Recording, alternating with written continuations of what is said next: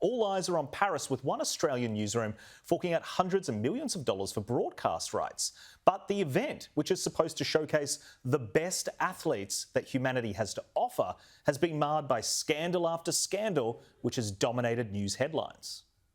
It's the self-declared Green Games, but while Paris has been busy spruiking its carbon-friendly credentials, the push to go green has left many athletes seeing red. We haven't seen this at Olympic Games before. We haven't had this amount of complaints about a village in Olympic history. From hard cardboard beds to running out of meat in the athletes' village, Parisians are seeking to be more climate friendly, and they've shifted the focus from the athletes to poor conditions.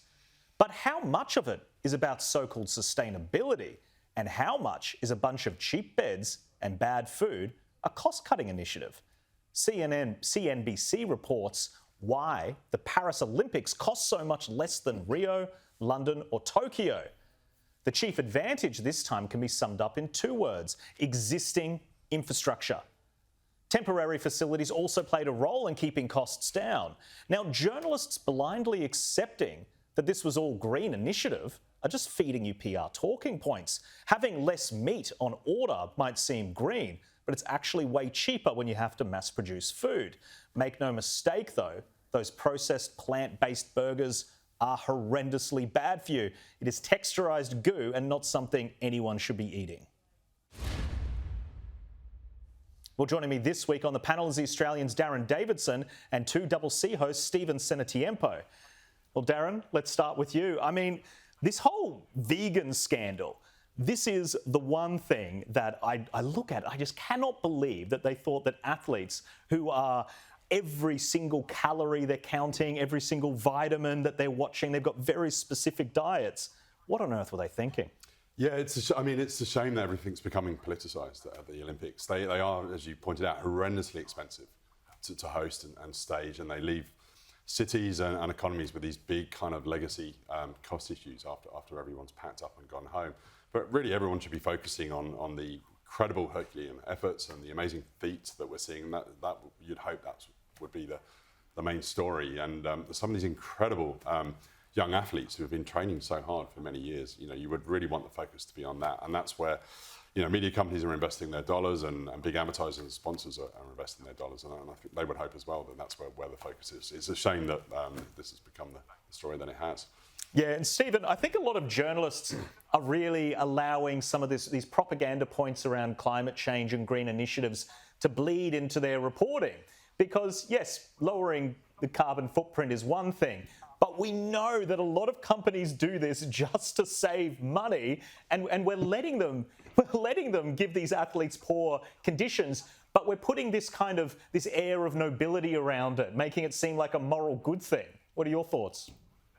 Look, I think you're right, but I will give Paris one let off here, and that is that nobody else wanted to host these games because they are too expensive. So the fact that France and Paris have actually picked it up and run with it, I suppose, is a good thing. And we still get to see all the athletes. And look, we're covering the games on our station, so we talk about the sport. But there's a lot going on around these games that, as Darren says, is just distracting away from what we should talk about. Obviously, there was something recently with that boxing issue that has distracted away from what should be all about the athletes as well. But look, it's the Olympics. It's a bit of a circus. Paris at the best of times is a bit of a circus. You put those two things together and I think this is what you get. But I think you've got to remember that the Aussies, and this could actually play into our favour, because the Australian Olympic Committee has actually sent container loads of our own food over. They've got Taco Tuesdays in the Australian village on every Tuesday. They've sent over, I think, something like 3,420 pies. So our Aussie athletes will be fine. Yeah, I think there's going to be a lot of top chefs that are humiliated with the kind of feedback and headlines that are coming out, because it's the culinary capital of the world. I mean, they claim, they hold themselves up to a very high standard. Jack, I'm Italian. Let's be fair dinkum. Like Italy's the culinary capital of the world. Yeah, well, you guys love to go head to head on that. But look, let's stay on the Olympics, but move on to another scandal, which has dominated headlines and left viewers extremely confused and angry. Well, this was a moment of history. It happened earlier today in France, and a major controversy, too, has now erupted out of Paris. An Algerian boxer shown in the red uniform who failed a gender eligibility test last year has now won an opening fight after only 46 seconds. Her opponent breaking down in tears, calling it, quote, unjust. Algerian boxer Iman Khif, who has male chromosomes, ended the fight in just 46 seconds. Now, there were reports that Khif is intersex as opposed to transgender, and many in the media were scathing at the IOC for allowing the fight to go ahead. A boxer deemed a biological male beating an Italian female opponent, with the Italian crying out, "I couldn't take it anymore." Despite failing that gender test by the International Boxing Association and being banned from an international tournament last year, Algerian 25-year-old Iman Khif was okayed by Olympic authorities to compete. And apparently today it was a very one-sided fight, with Italian Angela Carini, also 25. After just 46 seconds and several sharp punches to the head, including the nose by Khif, Carini abandoned the fight. Well, in response to the media reporting, the Algerian Olympic Committee came out swinging. They said the COA strongly condemns the unethical targeting and maligning of our esteemed athlete Iman Khif with baseless propaganda from certain foreign media outlets. Now, let's bring the panel back in to discuss. I mean, this is, again, another scandal that the Olympics did not need to have. They probably should have figured out that there was going to be this backlash. It is when we're talking about men or intersex and the advantage over women in sports, when it's violence, when it's actual, boxing and fists being thrown, that is when the public really just does not tolerate it. But now you've got a situation where media outlets, Darren, have spent hundreds of millions of dollars to cover the sports, and we're not even really talking about the sports anymore. Yeah, absolutely. I mean, the investment that media companies and sponsors have made is huge, and this is not where they would like the focus to be. And as we were saying earlier, you'd hope that the focus of the stories and what we were celebrating, these incredible Herculean efforts and the skill and the professionalism and the dedication of the athletes. And I've got two infants, 2.5 and 4.5, and they are obsessed with the Olympics. Like, they are totally obsessed. They're memorized by the gymnastics and things like that. And for me, my reaction when I saw that clip, I mean, it's just absolutely brutal. It's really ugly, and it's quite upsetting to see this boxer on the canvas crying about being absolutely pummeled by what looks like may have been an uneven fight that maybe shouldn't have happened. I don't know the details of whether that's actually been verified or not, but it's a horrible thing to see. The reports are intersex, and Stephen, the reports are XY chromosomes, male chromosomes. You can't be a woman and have those chromosomes. That's the main point. Was there an advantage? Yeah. I mean, to Darren's point, you look at the footage, the force behind the punch, the way that this woman was hit in the face, and then her reaction, breaking down in tears as her Olympic dream is put to an end by this placement, it to me does not seem fair.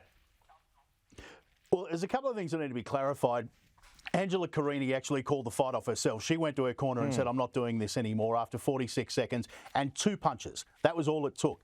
Because the reality is that this other boxer, and look, I'm not blaming the other boxer for this, because the International Olympic Committee has got to take full ownership and responsibility for what happened here. But Iman Khif was actually banned from women's competition by the International Boxing Association previously. Now, because the IOC has decided to take over boxing and shunt the IBA aside, they've made their own rules up, and they've put somebody in this fight. Now, Angela Carini is a 2-time Italian champion. She's not adverse to getting punched in the face. That's what boxers do.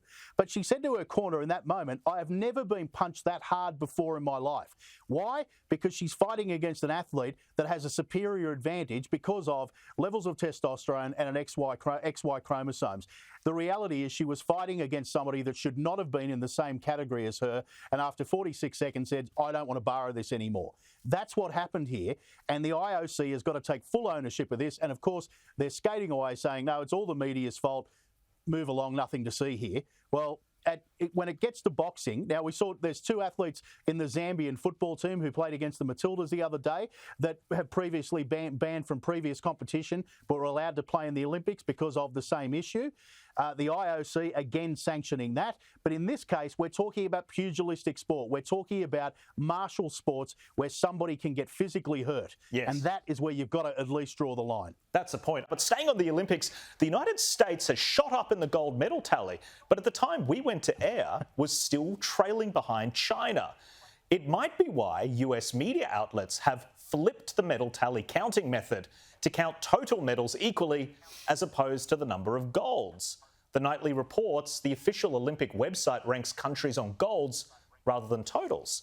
But several American outlets, including the country's host broadcaster NBC, have opted to rank countries on their total number of medals won, which moves the USA team up into first place. Let's bring the panel back.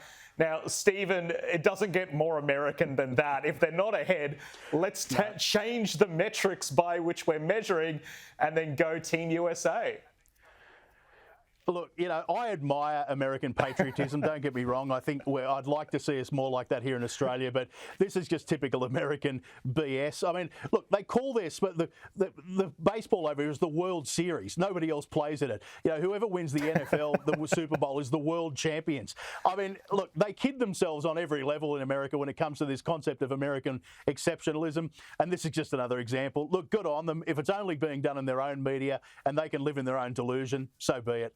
Darren, let's bring you in.